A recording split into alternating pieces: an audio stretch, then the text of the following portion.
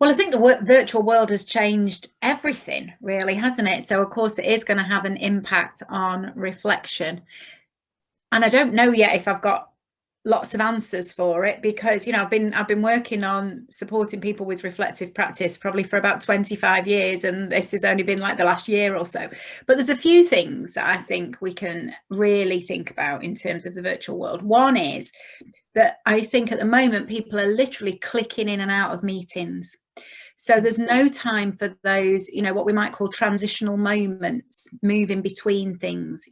Even like the car was always a big place for social workers to, reflect, driving between visits or driving even home at the end of the day. There would always be a place where I'd get to, and I think when I get to there, I'll stop thinking about work or start thinking about home. So I think reflection, we've always done that in those moments of transition between things.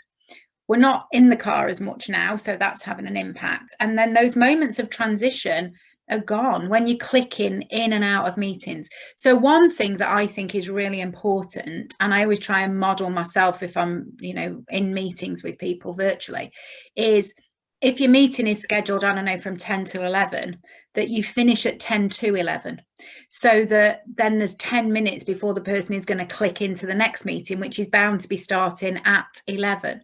So that there's always some time that's allowed, which is, I think, time away from the screen to process what you've just done, to think about what you've just done. So I think that's really important for the virtual world. And I would ask managers just to think about how are they providing moments of transition for social workers to be able to reflect in those moments of transition. So that's one thing I think we need to do.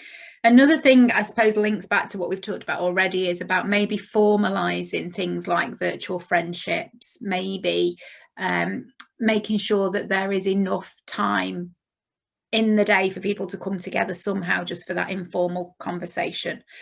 So I think those things are important.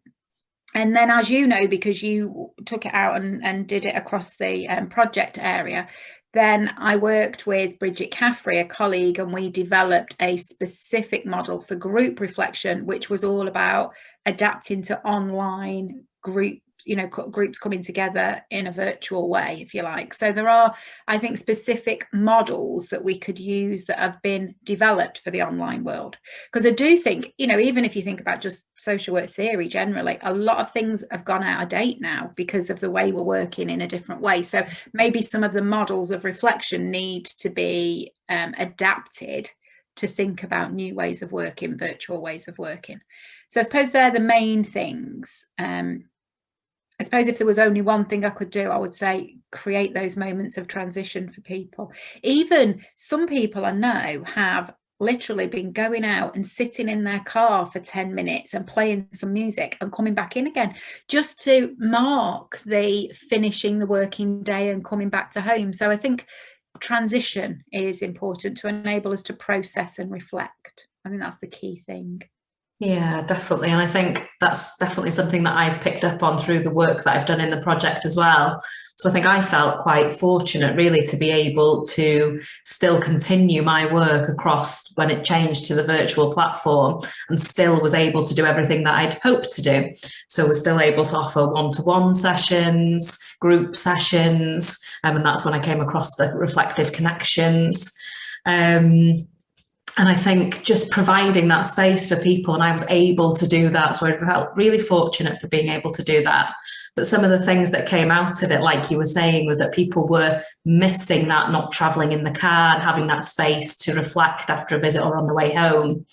And people would talk to me about how they would maybe change their clothes at the end of the working day, even though they were still working at home, just so that they felt that they were no longer working, or take the dog for a walk straight after work, or things like that. So it's interesting to hear, isn't it? Because it comes back to what you were saying earlier about that kind of self-care as well, that we're making sure that we're still kind of looking after our own well-being as workers.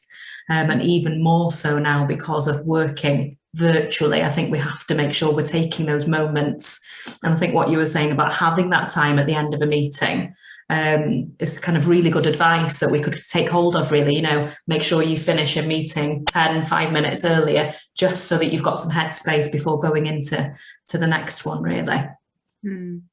I think if we're asking people to reflect for action and think about what you're going to do, you've got to give them a few minutes to prepare in that time, haven't you? So what's interesting, though, is what you drew out there. And of course, I didn't think about it when I was talking, but some of the advantages that have come from the virtual world, and they have. So things like being able to bring people together for group conversations, and I've been able to have one-to-one sessions with managers who are really wanting to develop their reflective skills in supervision. So, and we wouldn't have been able to do that previously. So I've been able to change my work, I think, in a way that responds more to what people need for reflective support, perhaps, maybe. Yeah, I think that's really good to think about, because I think we all have had to adapt, but also to learn about how we can actually do things virtually, and actually those opportunities, like you say.